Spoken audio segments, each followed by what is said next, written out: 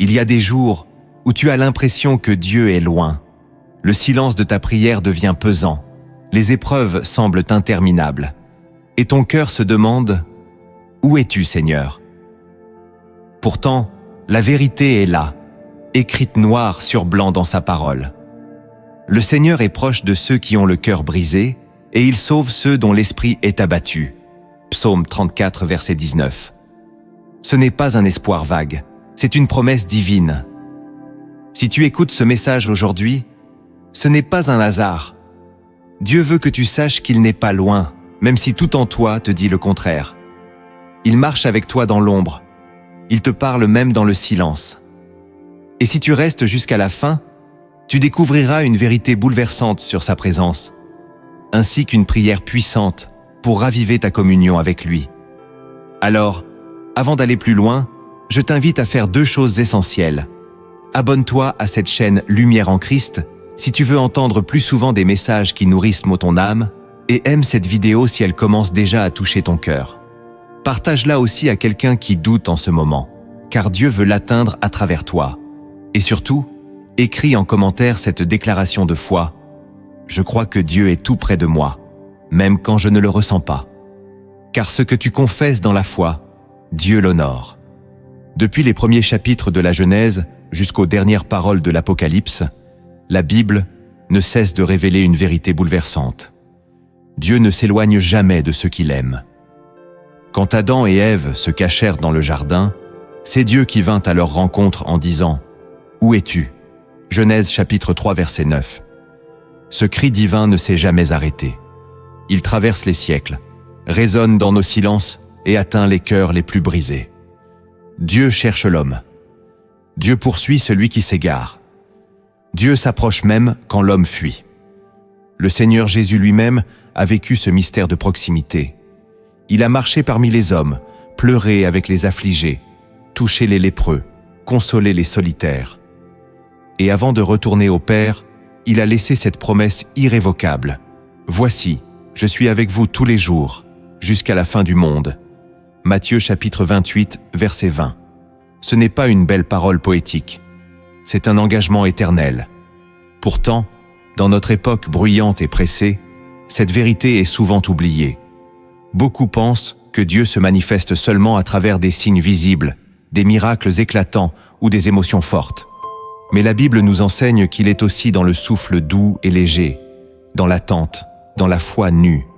Ce que tu vas découvrir maintenant, ce sont des principes bibliques puissants qui vont t'ouvrir les yeux sur la manière dont Dieu agit dans l'invisible, pour te montrer qu'il est là, tout près, même quand tu ne le vois pas. Lorsque tu traverses la vallée de l'incertitude et que tu sens que le ciel est fermé, il est facile de croire que Dieu est absent. Mais en vérité, il agit dans le silence, dans l'ombre, dans l'attente. Voici maintenant 7 principes bibliques essentiels qui vont te révéler pourquoi Dieu est plus proche que tu ne le crois. Le premier principe que tu dois comprendre, c'est que Dieu se cache pour élever ta foi, pas pour t'abandonner. Dans le livre d'Ésaïe, le prophète déclare « Vraiment, tu es un Dieu qui te cache ». Ésaïe chapitre 45, verset 15. Ce verset choque. Il bouleverse notre idée d'un Dieu toujours visible, toujours démonstratif. Pourtant, ce silence n'est pas un rejet, c'est une pédagogie divine. Car Dieu sait que l'absence ressentie réveille la foi véritable. Ce n'est pas dans le confort que la foi grandit, mais dans l'invisibilité. Lorsque tu ne sens plus rien, lorsque ton cœur est sec et que ta prière semble vide, Dieu est en train de fortifier ton être intérieur. Il t'apprend à marcher non par la vue, mais par la foi, comme le dit Paul dans sa lettre aux Corinthiens, car nous marchons par la foi et non par la vue. Deuxième épître aux Corinthiens, chapitre 5, verset 7.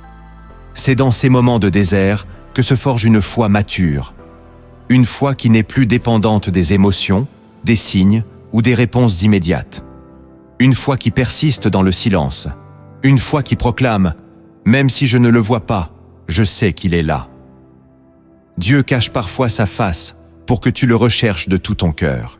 Et ce cœur qui persévère devient un terrain fertile pour des révélations profondes. Le silence de Dieu n'est pas un vide. C'est un appel, une invitation à creuser plus loin, à t'attacher à lui non pour ce qu'il fait, mais pour qui il est. Si tu traverses cette saison aujourd'hui, n'interprète pas son silence comme un abandon. Voici une confiance qu'il place en toi. Il croit que tu peux avancer dans la nuit en tenant sa main invisible. Et c'est là que naît la véritable intimité avec Dieu. Le deuxième principe que tu dois saisir, c'est que la proximité de Dieu se manifeste dans la brisure. C'est un mystère spirituel que beaucoup refusent d'accepter, et pourtant il traverse toute l'Écriture. Dieu est proche, non pas des puissants, ni des brillants, mais des cœurs brisés. Le psaume 34, verset 19, l'affirme avec force. Le Seigneur est proche de ceux qui ont le cœur brisé, et il sauve ceux dont l'esprit est abattu. Ce n'est pas une consolation vague, c'est une promesse divine. Quand ton âme est écrasée, quand tu pleures sans comprendre, quand tout en toi est éteint, alors tu es exactement là où Dieu se révèle le plus puissamment, parce que sa présence n'a pas besoin de briller pour exister. Elle est là, douce, discrète, comme une huile qui pénètre les fissures de ton être. Regarde Job, tout a été arraché de sa vie, sa santé, ses enfants, sa réputation, même le soutien de sa femme. Et pourtant, c'est dans cette brisure absolue qu'il a déclaré « Je sais que mon Rédempteur est vivant ». Livre de Job, chapitre 19, verset 25. Il ne l'a pas dit depuis un palais, mais depuis un tas de cendres. C'est cela, la foi qui attire la proximité divine. Une foi nue, qui ne repose plus sur rien d'autre que la certitude que Dieu est encore là, même au fond de la nuit. Et c'est aussi dans la brisure que ton cœur devient plus sensible à la voix du Saint-Esprit. Moins de bruit, moins de certitude, plus de dépendance. Ton orgueil s'effondre et ton âme devient un sanctuaire où Dieu peut enfin parler. Il n'y a pas de rencontre plus authentique que celle qui naît de la douleur. Car Dieu ne méprise jamais un cœur brisé. Il y entre, il y demeure, et il y reconstruit tout ce que l'homme ne pouvait plus espérer. Le troisième principe que tu dois reconnaître, c'est que Dieu parle souvent dans ce que tu considères comme un silence. Beaucoup de croyants abandonnent la prière ou la foi parce qu'ils ne sentent plus Dieu. Ils cherchent des manifestations visibles, des frissons, des voix audibles. Mais Dieu n'est pas limité à ce que tu perçois. Il est esprit. Et la Bible enseigne que son langage est parfois subtil, presque imperceptible, mais profondément réel. Élie, le grand prophète, l'a appris dans une des plus grandes leçons spirituelles jamais rapportées. Dans le premier livre des Rois, chapitre 19, Dieu dit à Élie qu'il va passer devant lui. Il y a d'abord un vent puissant, puis un tremblement de terre, ensuite un feu. Mais Dieu n'était dans aucun de ces phénomènes. Puis vient un souffle doux et léger. Et là, Élie reconnaît la présence de Dieu. Premier livre des Rois, chapitre 19, versets 11 à 13. Ce passage est une révélation pour tous ceux qui confondent silence avec absence. Dieu parle, mais il parle souvent dans la paix, dans la simplicité, dans les événements les plus ordinaires de ta journée. Un mot entendu dans une conversation, une phrase dans une lecture, une pensée soudaine qui bouleverse ton cœur, une paix surnaturelle dans un moment d'angoisse. Ce sont les murmures de Dieu. Tu dois apprendre à accorder ton oreille à sa fréquence, à calmer ton âme agitée pour discerner sa voix. Comme un berger parle à ses brebis, Dieu parle à ton esprit, pas toujours à ton oreille. Et si tu apprends à l'écouter là où tu ne l'attendais pas, tu découvriras qu'il ne t'a jamais quitté. Le silence apparent est parfois la voix la plus puissante du ciel, celle qui ne crie pas, mais transforme. Le quatrième principe que tu dois intégrer profondément, c'est que Dieu se fait proche à travers les autres, même quand tu ne le vois pas. Dieu est esprit, mais il agit souvent à travers des instruments humains. Il utilise les gestes d'un proche, les paroles d'un inconnu, les attentions d'un frère ou d'une sœur en Christ pour te rappeler qu'il est là. Le Christ l'a dit clairement. En vérité, je vous le dis, toutes les fois que vous avez fait ces choses à l'un de ces plus petits de mes frères, c'est à moi que vous les avez faites. Évangile de Matthieu chapitre 25, verset 40. Cette parole change tout. Elle révèle que Dieu prend forme dans l'amour que tu reçois. Il se manifeste dans une prière envoyée au bon moment, un message inattendu, un repas offert sans raison, une main tendue alors que tu tombais. Mais beaucoup passent à côté, parce qu'ils attendent des manifestations célestes, spectaculaires, alors que Dieu agit au travers de la douceur et de la simplicité. Il utilise même ceux qui ne croient pas pour bénir ceux qu'il aime.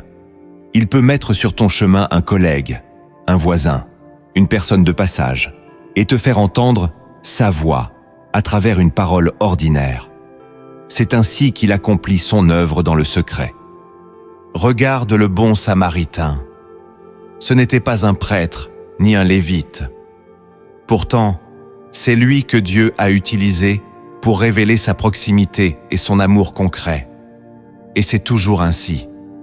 Tu veux voir Dieu? Ouvre les yeux sur ceux qui t'aiment sans intérêt, sur ceux qui te soutiennent alors qu'ils n'en ont pas l'obligation. Là, Dieu agit.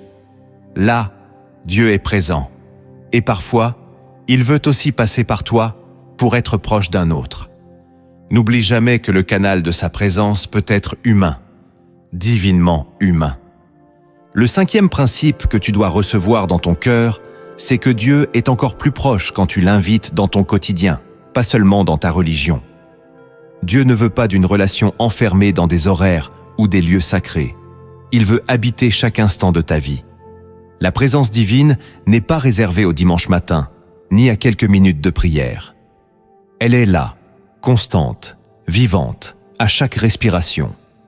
Jésus n'a pas dit « Je passerai de temps en temps », mais « Voici, je suis avec vous tous les jours, jusqu'à la fin du monde ». Évangile de Matthieu chapitre 28, verset 20. Cela signifie qu'il est avec toi pendant que tu travailles, pendant que tu cuisines, pendant que tu marches, que tu pleures, que tu ris, que tu doutes. Mais pour le percevoir, tu dois le convier consciemment dans ta réalité. Beaucoup de chrétiens limitent Dieu à leur spiritualité, oubliant qu'il veut aussi régner sur leur humanité. Parle-lui en marchant. Remets-lui tes décisions les plus simples. Invite-le dans tes relations, dans ton emploi du temps, dans tes moments d'ennui. Dieu n'est pas un visiteur, il est ton compagnon. Et quand tu vis avec cette conscience, sa présence devient tangible. Ton cœur devient son temple. Le psaume 16, verset 8, le dit avec une force incroyable.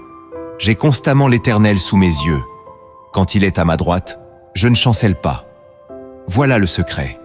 Ne pas l'attendre uniquement dans les hauteurs, mais le contempler dans le moindre détail de ta vie. Si tu l'invites, il se manifestera. Car Dieu honore toujours une vie qui lui laisse la place au centre. Et si tu es encore là, c'est que ce message te parle profondément.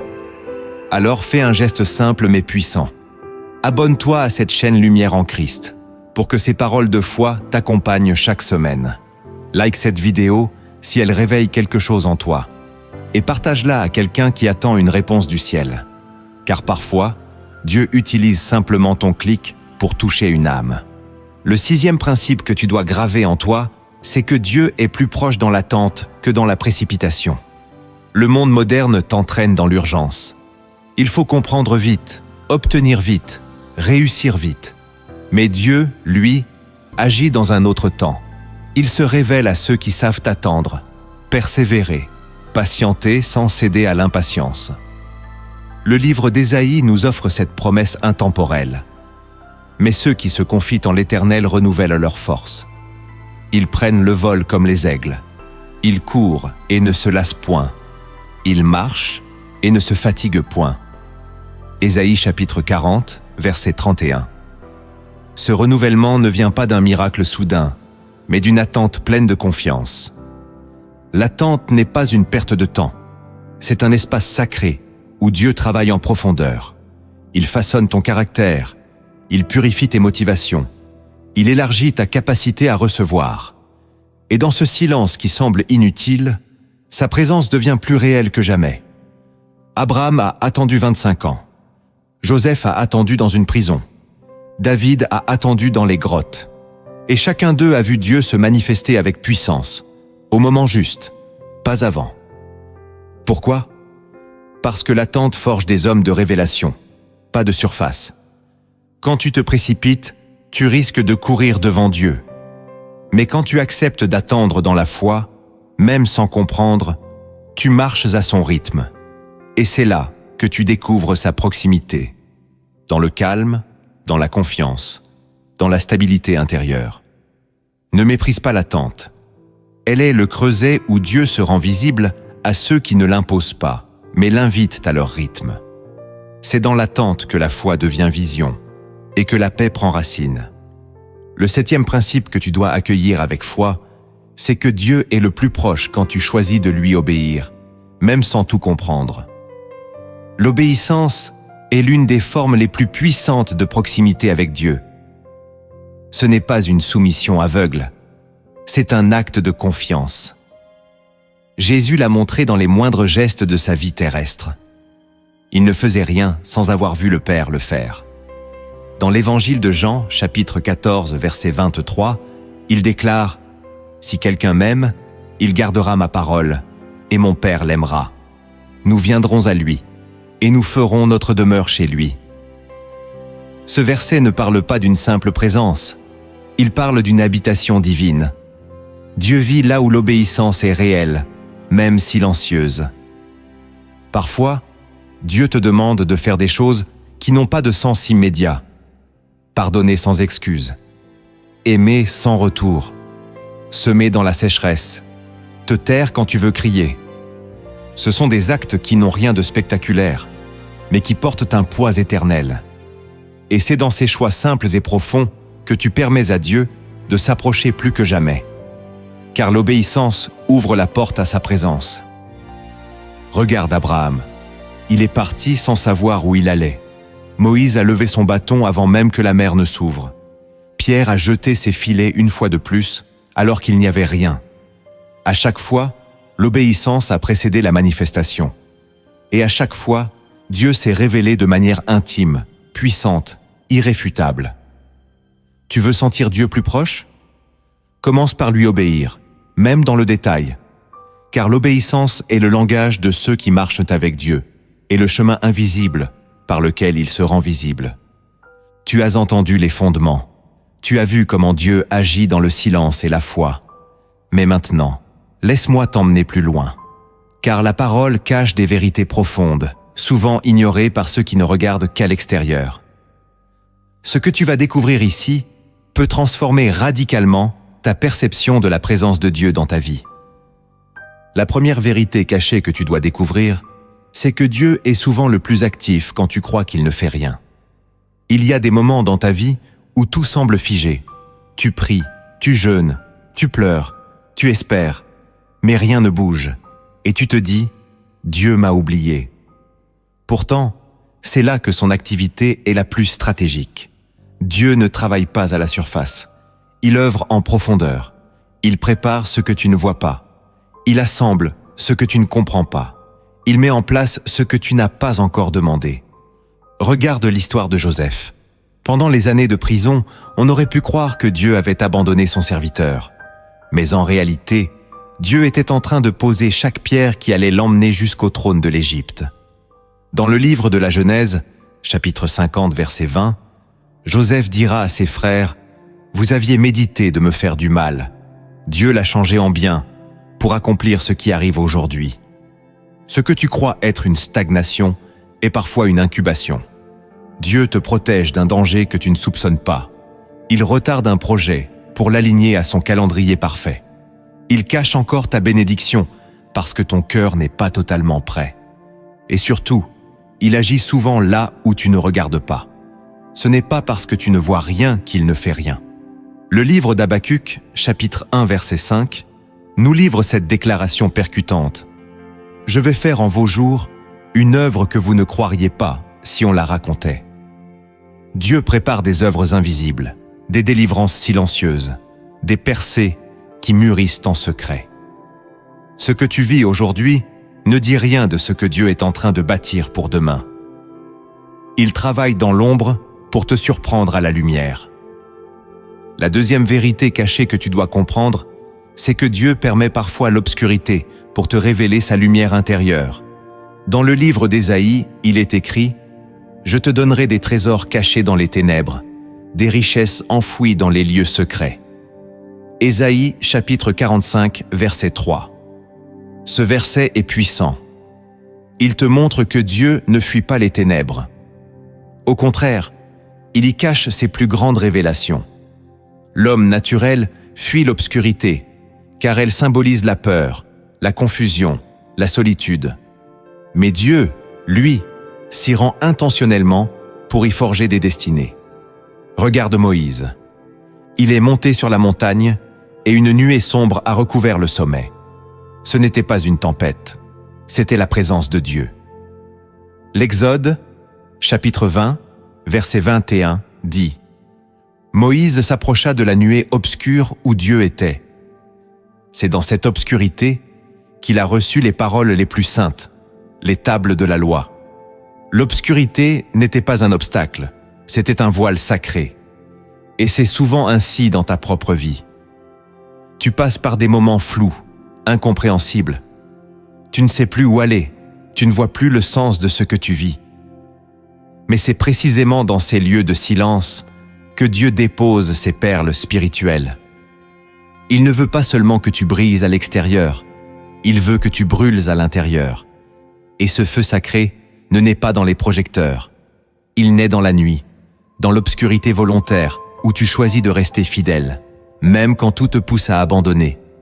Ce n'est pas une punition, c'est une préparation. Dieu te façonne dans l'ombre pour que sa lumière en toi soit véritable. Alors la prochaine fois que tu traverses la nuit, n'oublie pas. C'est peut-être là que Dieu te prépare à la révélation la plus profonde de ta vie.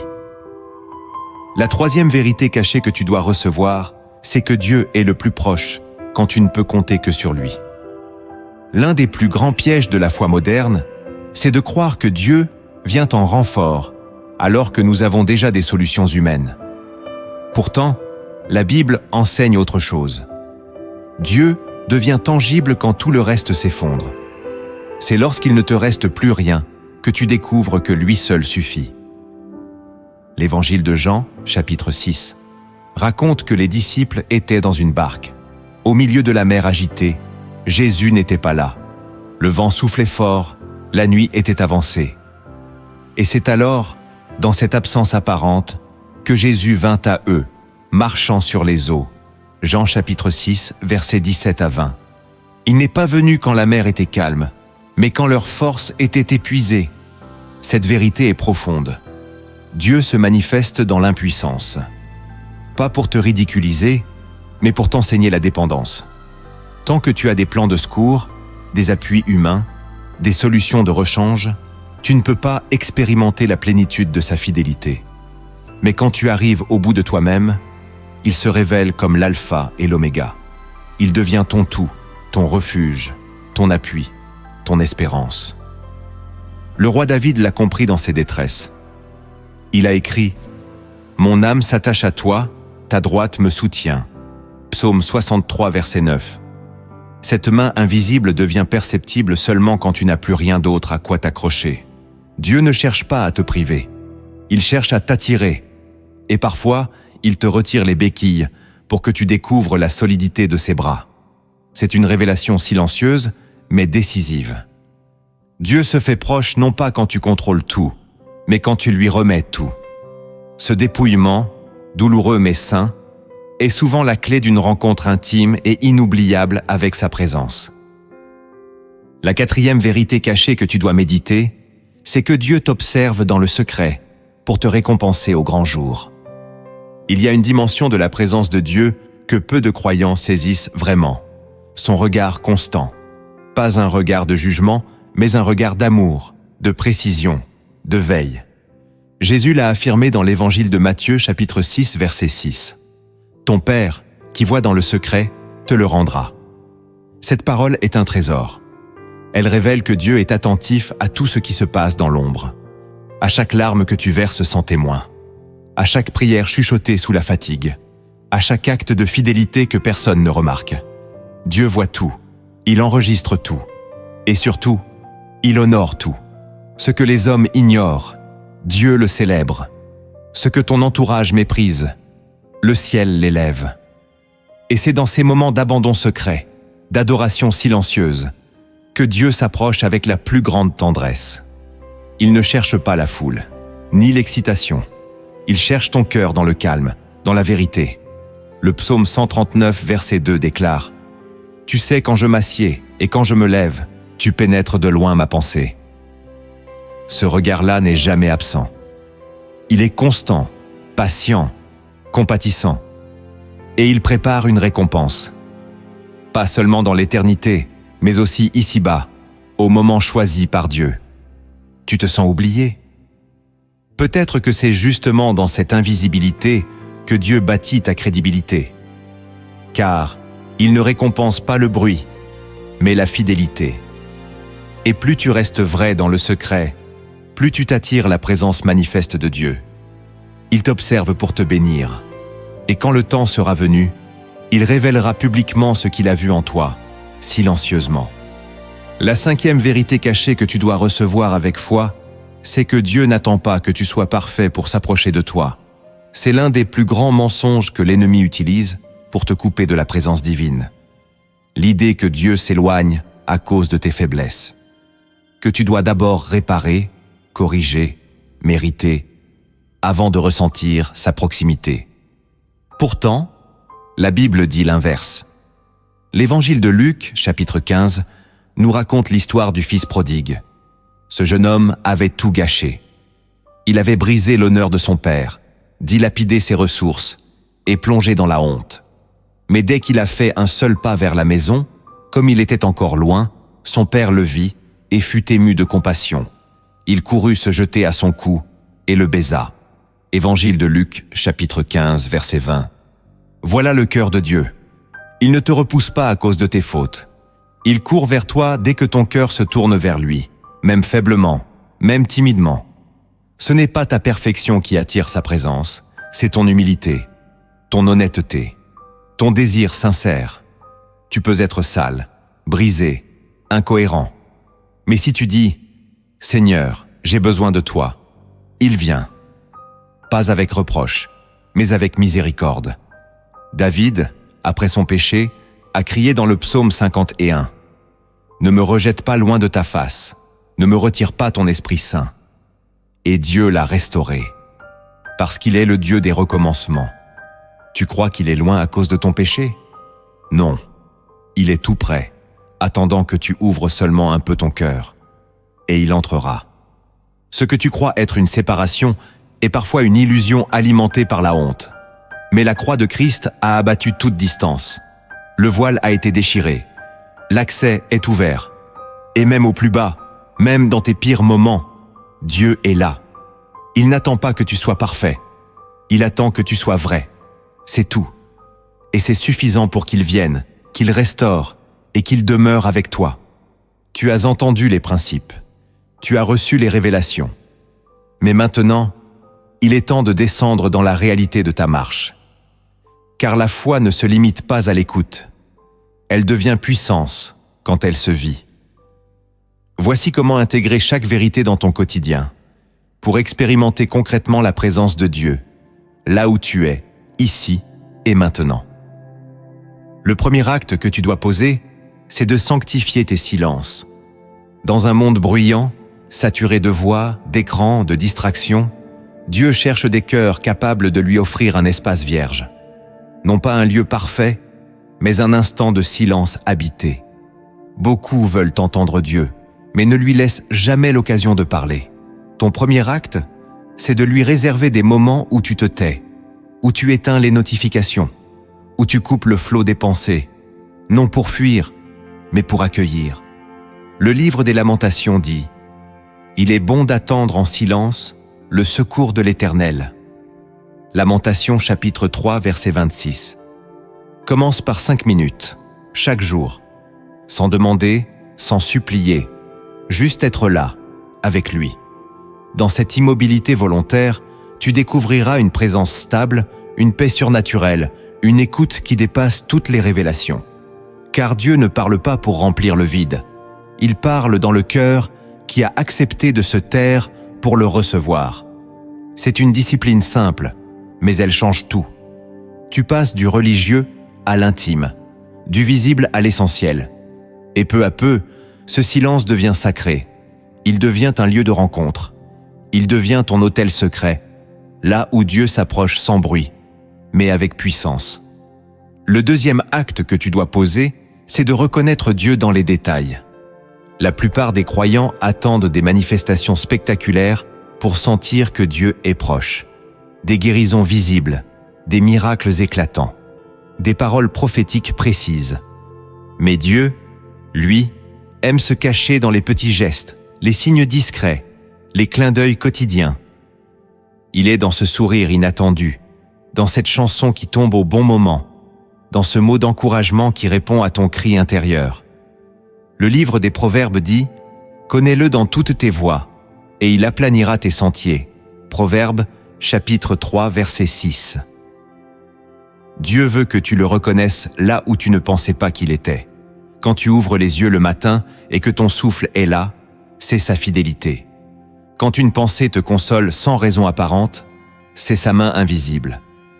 Quand un obstacle soudain se retire sans explication, c'est son intervention silencieuse. Mais pour le voir, il faut éduquer ton regard spirituel. Il faut ralentir, observer, remercier. Et plus tu le fais, plus tu remarqueras que Dieu n'a jamais cessé d'être là. C'est toi qui passais trop vite à côté. Alors, commence dès aujourd'hui à lui dire merci pour les petites choses. L'eau que tu bois, l'appel reçu, le calme revenu. Ces détails ne sont pas insignifiants. Ils sont les empreintes discrètes de celui qui veille. Et quand tu commenceras à le voir là, tu le verras partout. Et ta communion avec lui ne sera plus enfermée dans les grandes expériences. Elle deviendra permanente, naturelle, profonde. Car Dieu ne se manifeste pas seulement en haut des montagnes. Il se révèle aussi dans les petits gestes du quotidien. Le troisième acte que tu dois poser, c'est de cultiver une marche lente avec Dieu. Dieu ne t'appelle pas à le suivre en courant, mais en marchant. Trop souvent, tu veux aller vite, comprendre vite, voir des résultats immédiats. Mais la présence de Dieu ne se précipite pas. Elle se découvre dans la lenteur sacrée de la fidélité quotidienne. C'est en marchant lentement que les disciples ont reconnu Jésus ressuscité sur le chemin d'Emmaüs. Évangile de Luc, chapitre 24. Ils ne savaient pas que c'était lui. Mais il marchait avec eux. Il leur expliquait les Écritures. Et ce n'est qu'à la fin du chemin qu'ils ont compris. Notre cœur ne brûlait-il pas en nous ? Luc, chapitre 24, verset 32. Cela signifie que la proximité divine ne se révèle pas toujours instantanément. Elle se manifeste souvent dans la constance, dans le fait de rester, de continuer, de méditer un verset encore et encore, de prier sans toujours sentir, de venir dans sa présence, même quand ton âme n'a rien à dire. C'est cette lenteur sacrée qui fait naître une foi solide, enracinée, inébranlable. Alors ne cours plus. Marche. Marche dans la prière. Marche dans la louange. Marche dans le pardon. Marche dans la confiance. Et tu verras que Dieu marche avec toi. Pas devant pour te juger. Pas derrière pour te pousser. Mais à côté pour t'accompagner. Car ceux qui marchent lentement avec Dieu finissent toujours par voir ce que les pressés ne verront jamais. Sa fidélité silencieuse et sa tendresse constante. Le quatrième acte que tu dois poser, c'est d'oser t'approcher de Dieu tel que tu es et non tel que tu voudrais être. Le plus grand obstacle à la présence de Dieu n'est pas ton péché, mais ton masque. Trop souvent, tu viens à Dieu en jouant un rôle. Tu caches tes failles, tu maquilles tes blessures. Tu ajustes ton langage pour sembler spirituel. Mais Dieu ne bénit jamais l'image que tu fabriques. Il bénit l'enfant que tu es. Le psaume 51, verset 19, le dit avec clarté. Le sacrifice qui est agréable à Dieu, c'est un esprit brisé. Ô Dieu, tu ne dédaignes pas un cœur brisé et contrit. Tu veux ressentir Dieu plus près. Commence par t'approcher sans masque. Dis-lui tes doutes. Dis-lui que tu es fatigué. Dis-lui que tu ne comprends plus. Tu n'as pas besoin de te justifier. Tu as juste besoin d'être vrai. Le Seigneur Jésus n'a jamais repoussé un cœur honnête, même pécheur. Il a tendu la main à l'adultère, à l'impur, au voleur, aux disciples instables, parce qu'il cherche la sincérité, pas la perfection. Ce que tu considères comme une faiblesse peut devenir ton lieu de rencontre avec Dieu, si tu cesses de le fuir à cause d'elle. Laisse tomber le masque spirituel. Entre dans la prière avec ton cœur nu. Et tu verras que Dieu ne t'éloigne pas. Il te sert, il t'écoute, et il te restaure, car la présence de Dieu descend sur ceux qui ont le courage d'être vrais, même dans leur fragilité. Le 5e acte que tu dois poser, c'est d'inviter Dieu dans tes combats intérieurs au lieu de fuir tes zones sombres. Nous avons tous des zones en nous que nous préférons ignorer, des blessures non guéries, des colères refoulées, des doutes que l'on cache sous des versets. Mais tant que tu les fuis, tu empêches Dieu d'y entrer.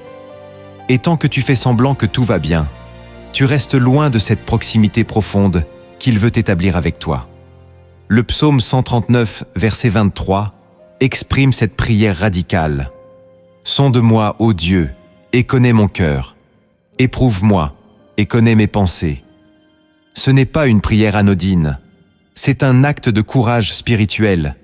Dieu ne veut pas te faire honte, il veut t'éclairer. Il veut aller avec toi dans les endroits que tu évites. Les blessures d'enfance, les frustrations silencieuses, les péchés récurrents. Non pour t'accuser, mais pour y faire naître la lumière. Car là où l'homme recule, Dieu avance. Là où toi tu as peur de regarder, lui y voit un lieu de restauration. Prends un temps cette semaine, seul, et demande à Dieu, « Seigneur, montre-moi ce que je n'ose pas voir. » Puis, reste en silence. Et écoute, il ne viendra pas avec condamnation. Il viendra avec lumière, avec tendresse, avec vérité. Et plus tu lui ouvres ces lieux cachés, plus sa présence deviendra réelle. Parce qu'il ne veut pas seulement t'accompagner dans ta façade. Il veut habiter toute ta maison, même les pièces oubliées. Le 6e acte que tu dois poser, c'est de lui parler même quand tu ne ressens rien. Il y a des jours où la prière coule comme une rivière, et d'autres où chaque mot semble s'écraser contre un mur. Dans ces moments-là, le danger est de se taire complètement, de penser que Dieu n'écoute plus ou qu'il attend que tu sois mieux pour revenir. Mais c'est faux. Le Seigneur n'est pas attiré par la performance spirituelle. Il est touché par la fidélité. Même quand tu n'as rien à dire, même quand ton cœur est lourd, même quand ta foi vacille, ose ouvrir la bouche. Le psaume 62, verset 9 dit « En tout temps, peuple, confiez-vous en lui, répandez votre cœur en sa présence. » Ce n'est pas seulement quand tu es en feu que Dieu veut t'entendre. Il veut aussi entendre ton silence douloureux, ton soupir, ta fatigue. Car dans ces paroles brisées, il y a une vérité qui touche son cœur. Lorsque Jésus était à Gethsémanée, il a prié 3 fois la même chose. Il n'a pas improvisé une prière parfaite.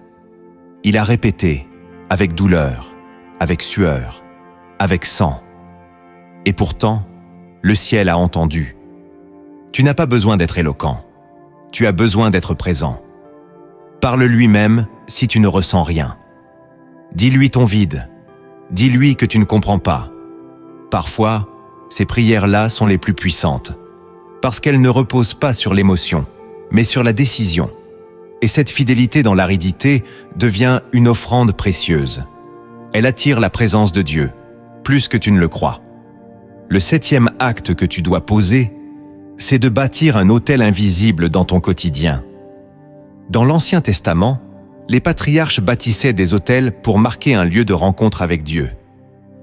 Mais aujourd'hui, Dieu cherche autre chose, non pas une pierre physique, mais un espace dans ton quotidien, un rendez-vous intérieur, où tu l'honores, simplement, fidèlement. Ce n'est pas une question d'endroit, c'est une question d'intention. Abraham a bâti des autels partout où il passait. Et chaque fois, Dieu s'y manifestait.